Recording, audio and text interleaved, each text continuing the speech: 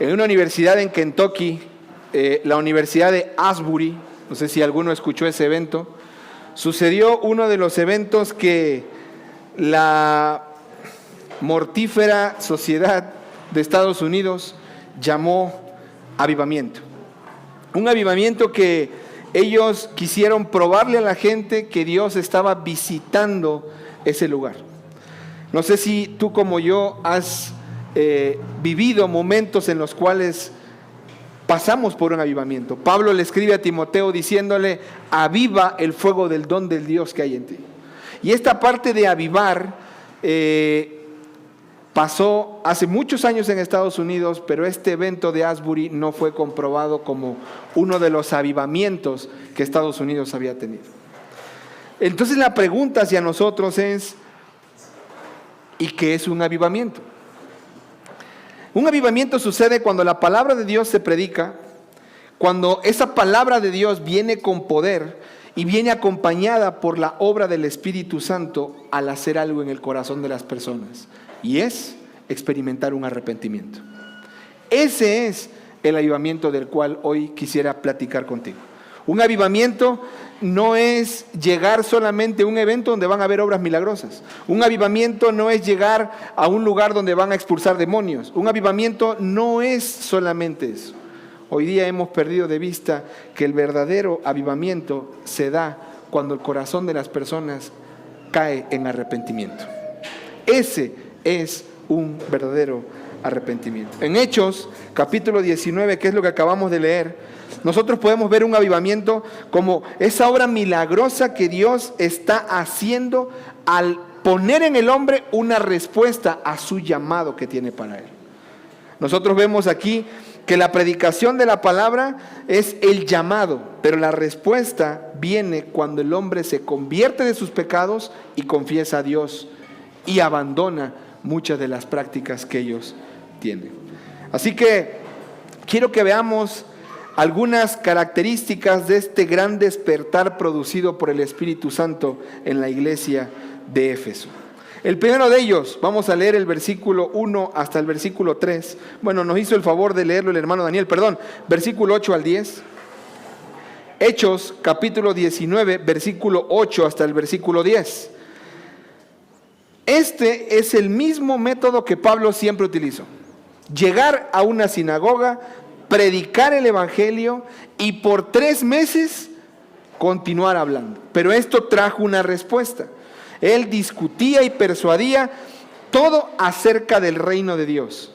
Pero dice el versículo 9 que cuando algunos se endurecieron y se volvieron desobedientes, hablaron mal del camino ante la multitud. Entonces Pablo se aparta de ellos, los deja y se va a la casa de un hombre que se llamaba en la escuela de un hombre que se llamaba Tirano. No es relevante ver la escuela, no es relevante ver si Tirano era o no creyente. Lo que hay que ver es lo que dice el versículo 10. Esto continuó por 2 años, de manera que todos los que vivían en Asia oyeron la palabra del Señor, tanto judíos como griegos. La primera característica de este avivamiento que produce el Espíritu Santo en la iglesia de Éfeso es el poder transformador de Dios en la palabra proclamada.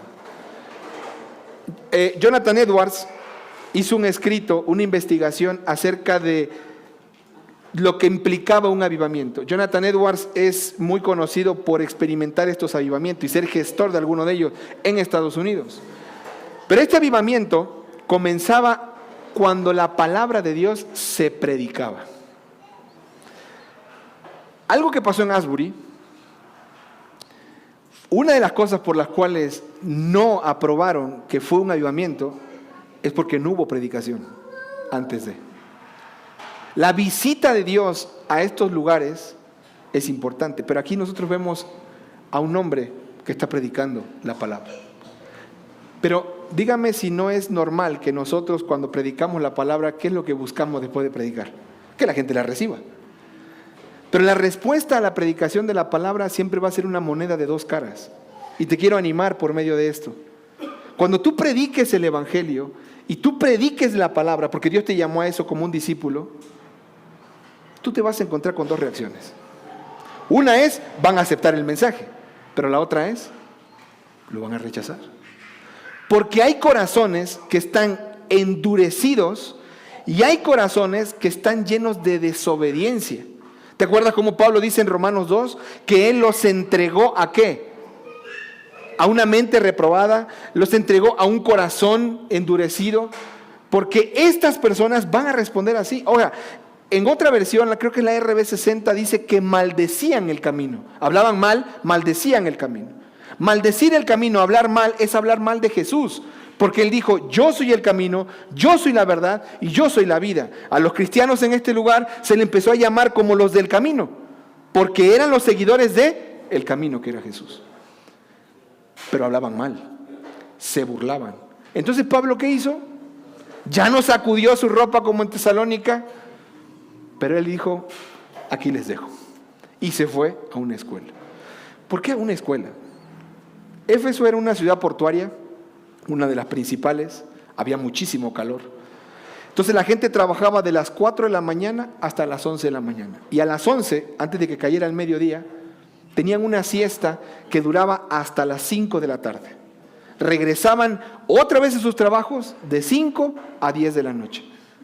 No sé si alguno de ustedes ha vivido en lugares así donde hace calor, pero es insoportable trabajar al mediodía. ¿Sabe lo que hizo Pablo? Tomó su tiempo de siesta de las personas y les dijo, ¿quieren estudiar? Vamos a la escuela de Tirano. Era un lugar donde llegaban y se daban clases y en ese momento estaba libre. Y Pablo, por espacio de 2 años, enseñó 5 horas diarias en el primer instituto bíblico llamado la Escuela de Tirano. Eso fue lo que pasó. Ahí llegaron muchas personas y de ahí salió el evangelio. Si tú ves puntos estratégicos, los apóstoles en Jerusalén, ¿dónde es enviado Pablo y Sila y Bernabé? En Antioquía. Y aquí nace la tercera iglesia, grande, impulsando por 2 años a personas. ¿Cómo Pablo plantó Colosas cuando no aparece aquí en Hechos que haya plantado Colosas? ¿Cómo Pablo llegó hasta Hierápolis o a la Odisea cuando no fueron iglesias que él plantó? No, él enseñó a esta gente 2 años y esta gente fue. ¿Por qué? Porque el poder transformador de Dios está cuando se proclama su palabra. Ese es el poder transformador de Dios. Iglesia, o bueno, voy a hablar mejor personalmente. ¿Tú quieres conocer el poder transformador de Dios? Lee tu Biblia. Es lo único que tienes que hacer. Porque la palabra de Dios dice el versículo 10 que tuvo un efecto. Oyeron la palabra del Señor esta gente en Asia. ¿Quieres experimentar un avivamiento como los de Charles Finney, que fue otro de los gestores de avivamientos en Estados Unidos? ¿Sabes qué tienes que hacer? Escuchar y leer la palabra. El poder transformador de Dios está cuando la palabra de Dios se predica. ¿Te acuerdas qué pasó en Génesis 1? ¿Sí recuerdas? ¿Fue creada qué? La tierra. ¿Por medio de qué? ¿No de la palabra? Dios dijo y fue hecho. ¿No fue el poder transformador de Dios en la palabra lo que se expresó en Génesis 1? Ese es el poder transformador que necesitamos tú y yo en el día de hoy. Leer la palabra de Dios. Solamente oyeron la palabra del Señor y esta gente se convirtió. Dios llama hoy a hombres que se encuentren con Cristo en su palabra, pero ojo, ayuden a otros a encontrarse con Él mediante la exposición de las Escrituras. No vas a conocer el poder de Dios si no conoces la Escritura que viene del cielo. Pero no solamente es Dios enseñando su poder transformador, su poder que viene por medio de la predicación de la palabra. Eso lo hemos visto en todo Hechos. De hecho, Hechos vamos a pararlo ahorita en noviembre y entramos a ver el Adviento, el último fin de semana de noviembre y todo diciembre. Y después tenemos una sorpresa para ustedes, pero la palabra de Dios no solamente aquí nos muestra cómo es el poder transformador, sino que en segundo lugar, miren el versículo 11. Dios hacía ¿qué? ¿Pero qué adjetivo calificativo le pone a los milagros? Oye, ¿no un milagro ya es en sí mismo algo extraordinario? Esto es una exageración de Lucas. Dios hacía milagros extraordinarios. ¿Por medio de quién? De la mano de Pablo. ¿Qué está haciendo Lucas aquí? Ya habló de Pedro en los primeros capítulos, de su apostolado, y ahora habla de Pablo. Pero estos milagros son extraordinarios porque dice, de tal manera que incluso llevaban pañuelos o delantales de su cuerpo a los enfermos, y las enfermedades ¿qué hacían? Y los espíritus se iban de ellos.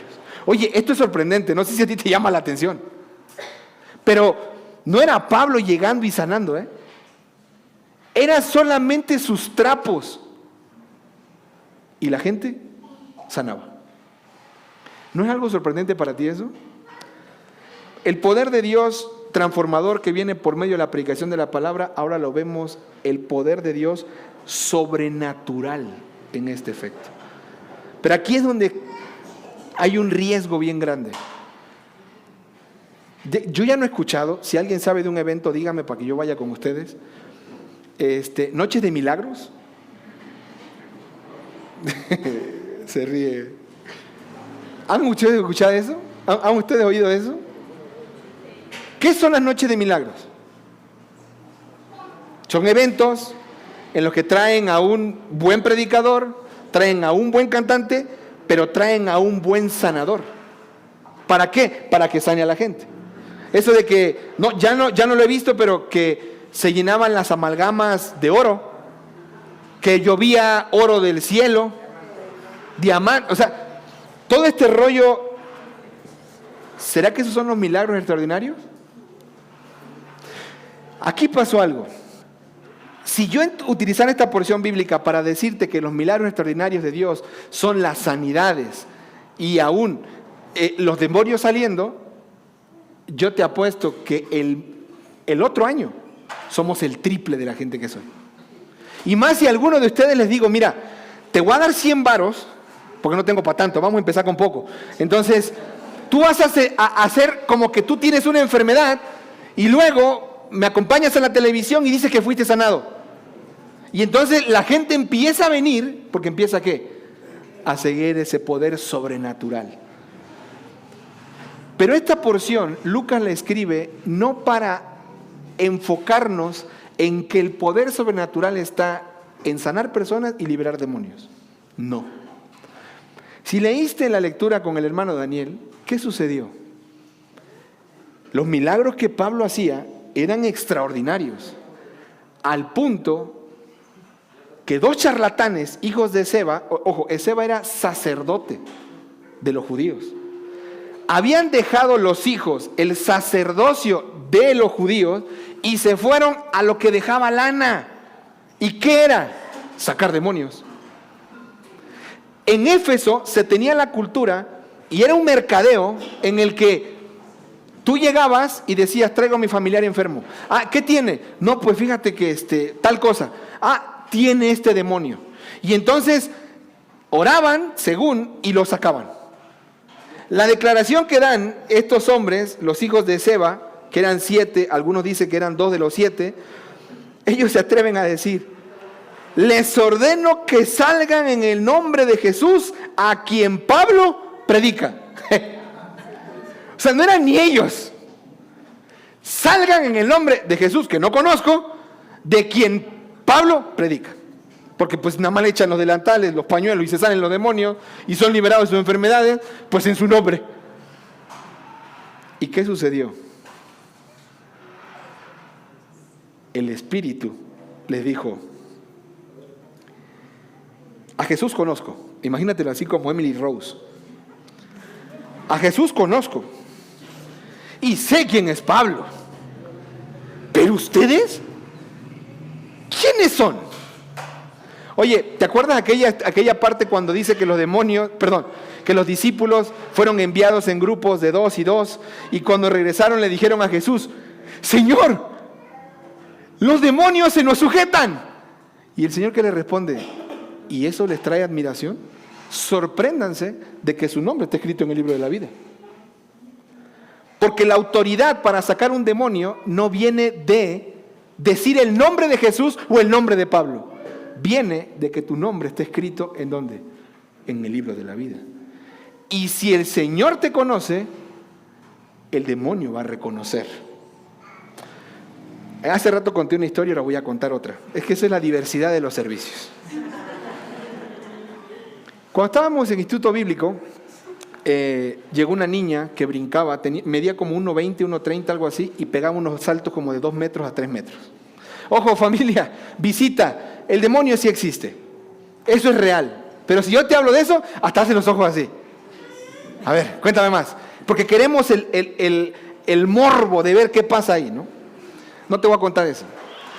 Simplemente, esta niña pegaba saltos de 2 metros, 2 metros y medio. Y llegó un momento en que la gente se amontonó en la cancha y brinca, brinca, y le pegaba al tablero de básquet. No era normal ver a una niña así.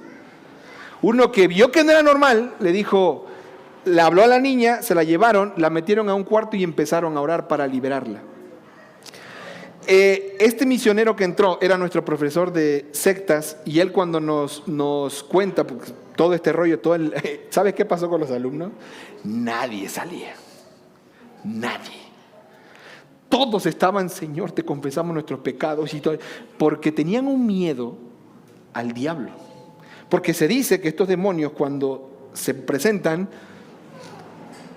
tú vienes a decirme a mí que yo me salga, y tú hiciste esto. Entonces todos los alumnos estábamos así, no, Señor, que no nos agarre. El misionero se paró enfrente de esta persona y dice que cuando termina de hablar con el demonio le dice, me voy a salir, pero si le dices al que está atrás de ti que guarde su espada. Y él volteó a ver y no había nadie en el cuarto, más que él y la otra persona. En otra aula estaban orando un grupo de estudiantes y de misioneros. No pudieron liberar a la niña. La niña se fue del campamento con el demonio adentro. Y cuando platicaban decían, ¿quién era el que tenía la espada? Era Jesús. Y el demonio le tenía miedo al que estaba con la espada. Estos poderes son reales. Pero lo sobrenatural, hermano, no está en que saliera el demonio. Es más, dice que el demonio tuvo más poder que los 2 hombres estos y se fueron de la casa desnudos y ensangrentados porque pudo más que ellos. ¿Te acuerdas del endemoniado gadareno? Lo amarraban con cadenas, se liberaba. ¿Tú te acuerdas de eso? Esto no es nuevo. El poder del mal es real. Lo sobrenatural no es en que estos tuvieron más dominio. No. ¿Sabes qué fue lo sobrenatural? Que la gente de Éfeso, judíos y griegos, se enteraron de esto. Y dijeron, ¿cómo? Si estos tenían poder sacando demonios y ahora viene un tal Pablo, que nada más echando su ropa se sanan y se salen los demonios, entonces volvamos a él. Vamos a él porque estos son charlatanes. Y se dieron cuenta. Lo sobrenatural está en que esta gente, dice el versículo 17, supieron esto todos los habitantes de Éfeso, tanto judíos como griegos, y el temor se apoderó de todos ellos, y el nombre del Señor Jesús era exaltado. Inmediatamente, dice el 18, muchos de los que habían creído continuaban viniendo. ¿Y qué hacían? Confesaban sus pecados, declaraban las cosas que practicaban, y muchos de los que practicaban la magia, juntando sus libros, los quemaban a la vista de todos. Una de las cosas por las cuales dijeron que en Asbury no era un avivamiento lo que estaba pasando, es porque no había confesión de pecados ni abandono de pecado. Solamente era una emoción de un ambiente que duró no sé cuántos días, pero no había. gente confesando y abandonando su vida de pecado. Este avivamiento, lo sobrenatural de cualquier avivamiento, es más, en tu vida y en la mía, lo sobrenatural de un avivamiento, cuando viene Dios y nos da vida y nos aviva dentro de nosotros, ¿sabes qué es? Confesamos pecado y lo abandonamos. Estas son una de las manifestaciones de un avivamiento en la vida de una persona. Y esto te debe de alertar por lo siguiente.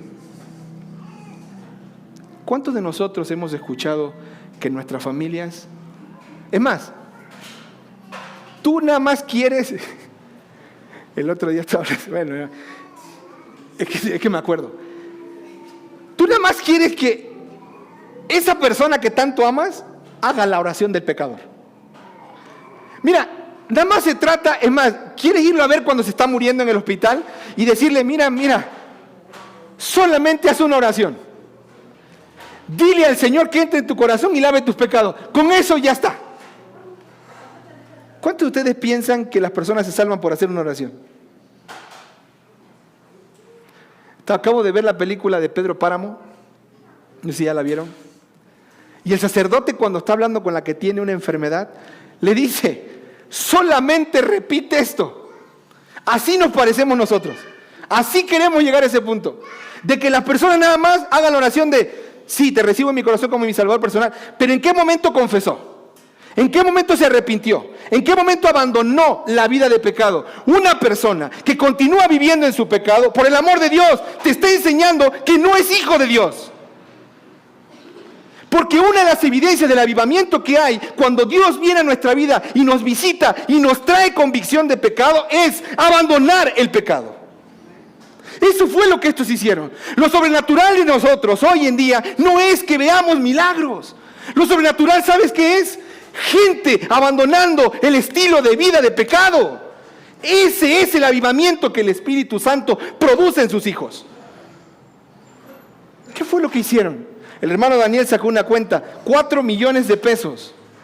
Yo saqué la cuenta en dólares, hace rato me confundí.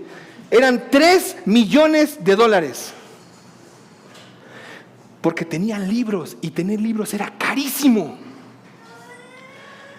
Esto es mentira. Esto no sirve. ¿Y sabes qué hacían? Lo echaban al fuego. Ahí fue donde salió que en los campamentos quemaron los discos de Korn, de Limp Bizkit. Para los que somos viejos y usábamos CD. ¿Se acuerdan de los campamentos? Fogatas altísimas de 2 metros y la gente tirando sus discos. Yo tiré de Bob Marley, Metallica, y para que Spotify me los volviera a traer. O sea, ahí es el poder sobrenatural de Dios en la conversión de los hombres de sus pecados a Dios. No es en el sacar demonios. Esos son milagros extraordinarios, pero son usados por Dios para sembrar el temor y la gente abandona su vida de pecado. ¿Tú estás pasando por ese avivamiento? El poder de Dios en su palabra que se te predica cada domingo, el poder de Dios sobrenatural que llega a tu vida en la convicción interna de abandonar el pecado. Padres de familia abandonando el estilo de vida inmoral. Ama de casa abandonando el estilo de vida de chisme e improductividad. Hijos abandonando el estilo de vida de rebeldía y desobediencia. Puedo continuar, pero que te quede bien en claro algo. El que es esclavo del pecado no es un hijo de Dios. Duele, ¿va? Duele y es duro. Pablo dijo, hay una ley en mí, el querer hacer el bien está, pero no el hacerlo. Hablo de un esclavo de pecado. ¿Qué es un esclavo de pecado? Alguien que continúa obedeciendo al pecado vez tras vez. Esa persona no tiene voluntad propia. ¿De dónde viene su voluntad? ¿Qué hicieron los de Éfeso? Entregaron todo aquello que era falso. Pero en tercer lugar, no solamente el poder sobrenatural de Dios que vemos, el poder transformador de Dios que vemos en la predicación de la palabra, no solamente es el poder sobrenatural de Dios que vemos en la conversión de las personas al darle arrepentimiento, sino en último lugar es el poder liberador de Dios en la oposición y en la persecución. Te lo acabo de decir hace un momento. Es inevitable que prediques el Evangelio y no haya rechazo. Como es inevitable que prediques el Evangelio y gente lo reciba. Es las dos caras. Las dos las vas a recibir. Esperamos en Dios que a los que le predicamos el Evangelio, Dios produzca el arrepentimiento, no tú ni yo. Y ese arrepentimiento los lleve a abandonar su pecado y vengan a Dios. Pero va a haber gente que está endurecida y que no quiere. Prueba de ello, tenemos ahora aquí a Demetrio. Versículo, ese no lo leyeron, así que vamos a tener que leerlo. Capítulo 19, versículo 23. Por aquel tiempo se produjo un alboroto no pequeño por motivo del camino, o sea, por motivo de Jesús y los cristianos. Porque cierto platero que se llamaba Demetrio, que labraba templancillos de plata de Diana y producía no pocas ganancias a los artífices, o sea, no él, la imagen. Ahora él junta a las personas, reúne al sindicato de obreros, el CTO, y les dice: compañeros, ustedes saben que nuestra prosperidad depende de este comercio. ¿Cuál era el comercio? Vender imágenes, hacer figuras. Pero ojo, no eran como las de nuestros tiempos, que ya son impresión de 2 pesos. O sea, no. Aquí eran de oro y de plata. O sea, era una pieza cara. ¿Y qué dicen los orfebres, los artesanos? Se nos está acabando la chamba. Y entonces Demetrio les dice, en el capítulo que estamos, 19, versículo 26, pueden ver y oír que no solo en Éfeso, sino en casi toda Asia, este Pablo ha persuadido a una gran cantidad de gente y le ha apartado diciendo que los dioses hechos con las manos no son dioses verdaderos. Y no solo corremos el peligro de que nuestro oficio caiga en descrédito, sino también que el templo de la gran diosa Diana se considere sin valor y que ella, a quien adora toda Asia y el mundo entero, sea despojada de su grandeza. Voy a hablar de otra. Hace rato hablé de otra, pero ahora voy a hablar de otra. El día 18, creo que es, aquí en la colonia Revolución Mexicana, va a haber un baile perroncísimo. Y se llama Producciones Inquebrantable SM. Así que si quieren ir, aquí se va a escuchar la música. ¿Sabe por qué es SM? Santísima Muerte. ¿Sabías que el altar más grande a la Santísima Muerte en la ciudad de Puebla está a unas 10 calles para allá? La princesa Diana, Artemisa, era una imagen que era negra y todo lo demás era oro y tenía muchos bustos alrededor. Significaba fertilidad y la gente la adoraba y pagaba para que fueran prosperados en sus negocios, para que tuvieran muchas cosas, su tierra produjera.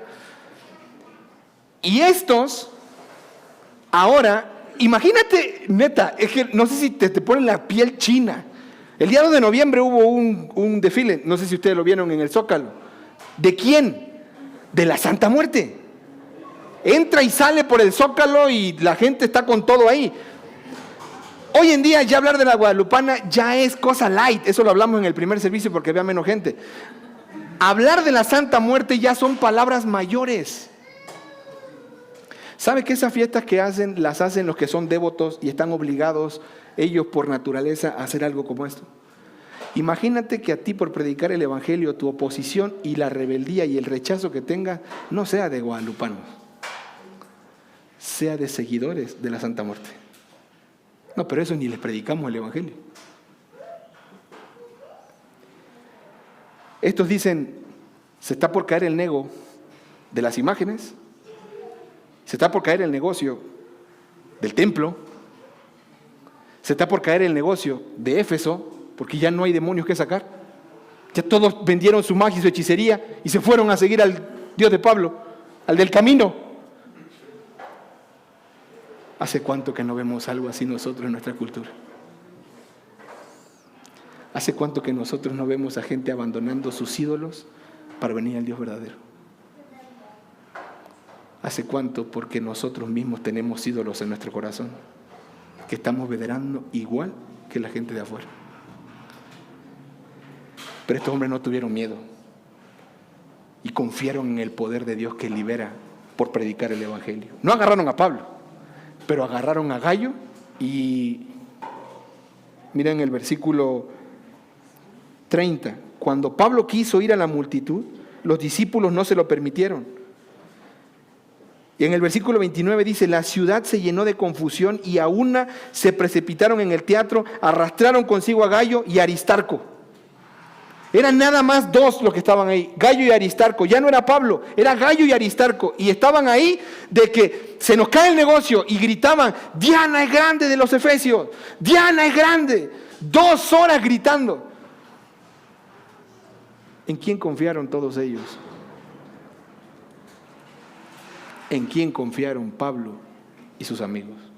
En el poder liberador de Dios en medio de la oposición y del rechazo. ¿Esto a qué nos lleva a nosotros? A no tener miedo, a hablar, porque Dios nos va a liberar si Él quiere, aún de gente como esta. Digo, no tengo nada contra los tatuajes, pero ver a un seguidor de la Santa Muerte tatuado sí me da miedo. No sé por qué, pero los ves y no hablan bonito. ¿Tú te has sentado con ellos? Tienen una aquí, tienen otra acá, tienen otra acá, tienen por dos los anillos, cómo hablan, cómo se expresan. ¿Te daría miedo hablarles, sí o no? Aquí podemos encontrar que el Evangelio tiene un poder liberador aún de esas personas. Y cuando tú hablas puedes ver cómo Dios quebranta sus corazones.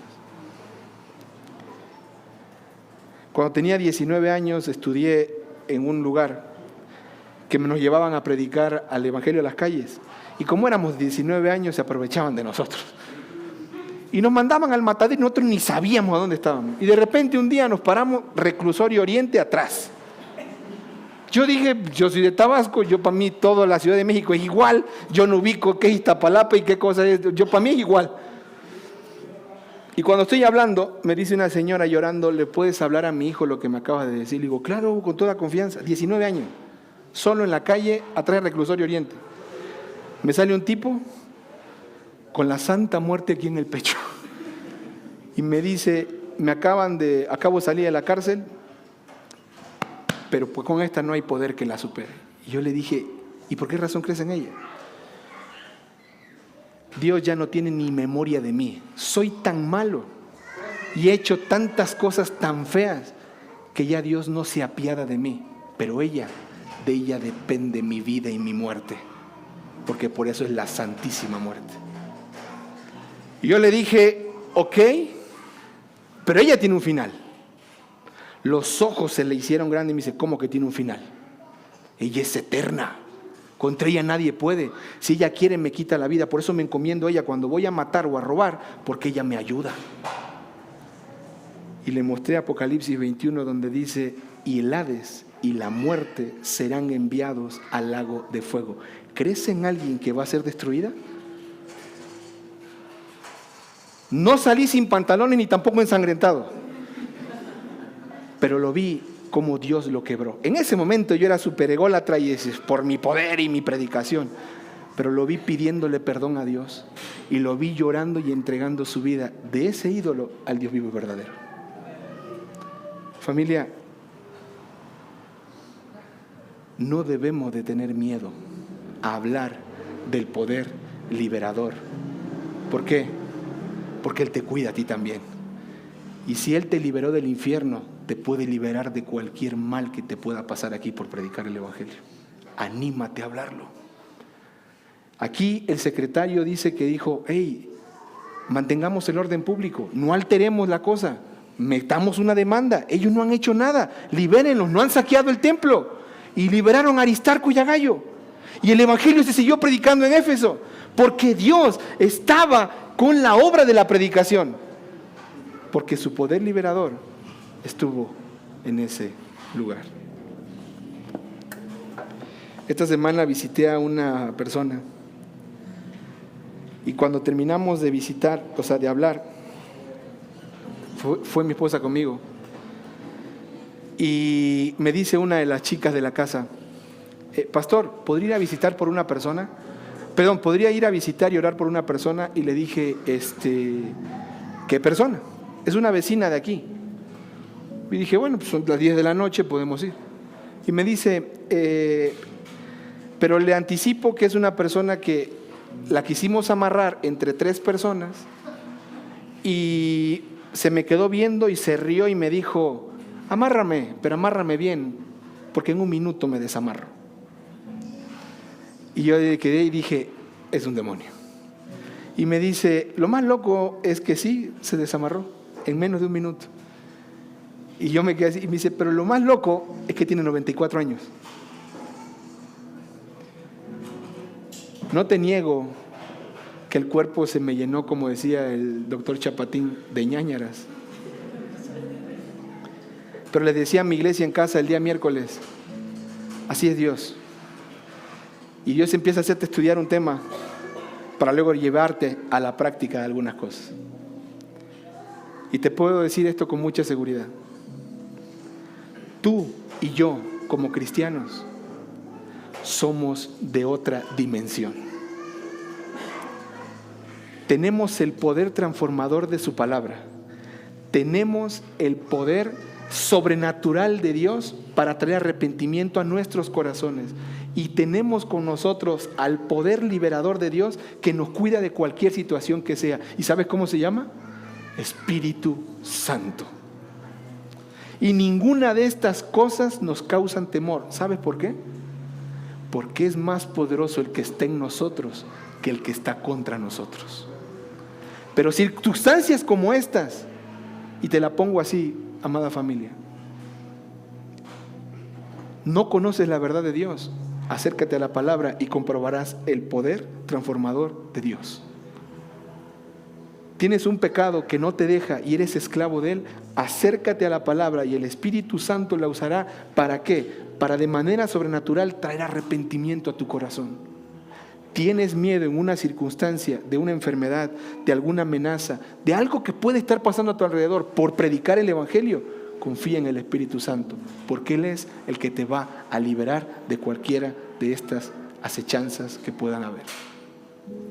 Amado, somos de otro planeta. Somos el planeta del reino de los cielos viviendo en esta tierra. Y nuestro Rey tiene mayor autoridad que el que se presenta todos los días a la presencia de Dios a rendir cuentas, y se llama Satanás y sus demonios. Ellos están vencidos. Pero el poder sobrenatural no está en ver estos milagros. El poder sobrenatural está en si hay convicción de pecado en tu corazón hoy. Y te voy a animar a algo, a que ores. ¿Y hace cuánto Dios no te trae la convicción de que algo de lo que estás haciendo está mal? Si decimos que no tenemos pecado, le hacemos a Él mentiroso. Y la verdad no está en nosotros. Que Dios traiga a tu corazón convicción. Y pídele perdón. Porque eso que estás haciendo es el acto más satánico que puede haber. Ponerte en el lugar de Dios y hacer tu voluntad. Ese es el mayor satanismo practicado en la iglesia. Nos creemos Dios y nos ponemos en su lugar y hacemos nuestra voluntad. Que Dios quebrante nuestros corazones.